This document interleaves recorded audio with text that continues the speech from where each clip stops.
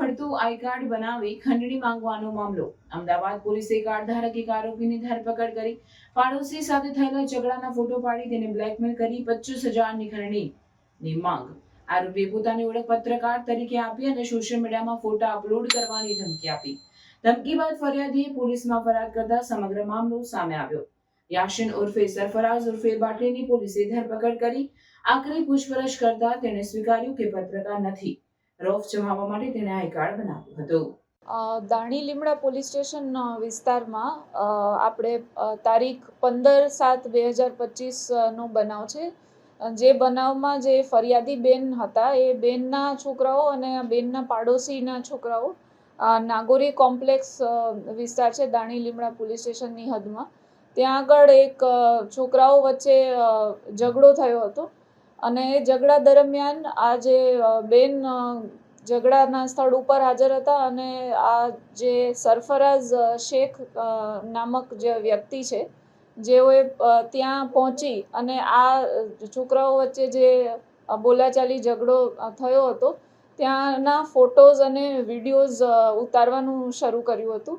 તે દરમિયાન આ બેન ત્યાં જગ્યા પર હાજર હતા અને આ ભાઈ જ્યારે ફોટો વિડીયોઝ ઉતારતા હતા એ વચ્ચે આ બેનનો હાથ પકડેલો હતો.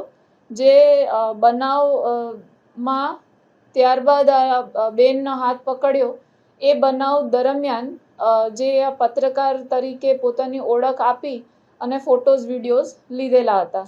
ત્યારબાદ બીજા દિવસે સવારે આ જે ફરિયાદી બેન છે એમના ઘરે આ સરફરાઝ શેખ જઈ અને ધમકી આપેલી હતી અને પોતાની પત્રકાર તરીકેની ઓળખ આપીને એવું કહ્યું હતું કે તમારા ફોટોગ્રાફ્સ અને વિડીયોઝ જે આ બનાવ સમયે મેં ઉતારેલા છે, જો આ 25,000 રૂપિયાની રકમની માગણી સાથે એમણે એવું કહ્યું હતું કે તમે મને પૈસા નહીં આપો તો આ તમારા ફોટોઝ અને વિડીયોઝ જે આ બનાવના છે એ હું સોશિયલ મીડિયા અને અન્ય વેબસાઇટ ઉપર અપલોડ કરીને વાયરલ કરી દઈશ. આ પ્રકારની ધમકી જ્યારે આપી અને સાથે એમણે ગાળાગાળી પણ કરેલી હતી બનાવ સમયે અને પછી આ ફરિયાદી બેનના ત્યાં મધર આવી જતા એ ત્યાંથી ભાગી ગયા હતા. જે અનુસંધાને આ બાબતે બેને પોલીસ સ્ટેશન ખાતે ફરિયાદ નોંધાવી છે. મહિલા પોલીસ સ્ટેશન પૂર્વમાં BNSની કલમ 308(3), કલમ 74 અને કલમ 296B અંતર્ગત ગુનો દાખલ કરેલો છે અને તારીખ 30/7/2025ના રોજ આ આરોપીની અટક કરવામાં આવી છે. અને આરોપી પાસે 2 થી 3 આઈડેન્ટિફિકેશન કાર્ડ્સ છે. એ આઈડેન્ટિફિકેશન કાર્ડ્સ ઉપર જે સરકારી સંસ્થાઓ જેવા નામવાળી સંસ્થાનો ઉલ્લેખ કરેલ છે અને અલગ અલગ વિગતો દર્શાવી છે.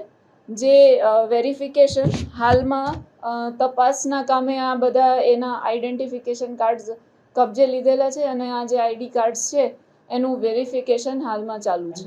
શું એજ્યુકેશન છે, શું કરતો હતો અને અગાઉ એને શું કંઈ મળી આવ્યું છે કે એને કંઈ માગી છે?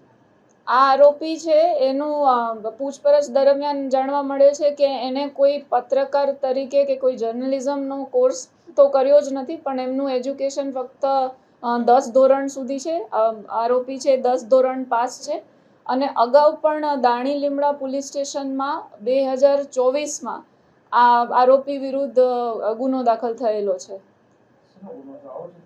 આ જે દાણી લીમડા પોલીસ સ્ટેશન વિસ્તારમાં એમનો જે ઝઘડા બાબતે ગુનો દાખલ થયેલો છે.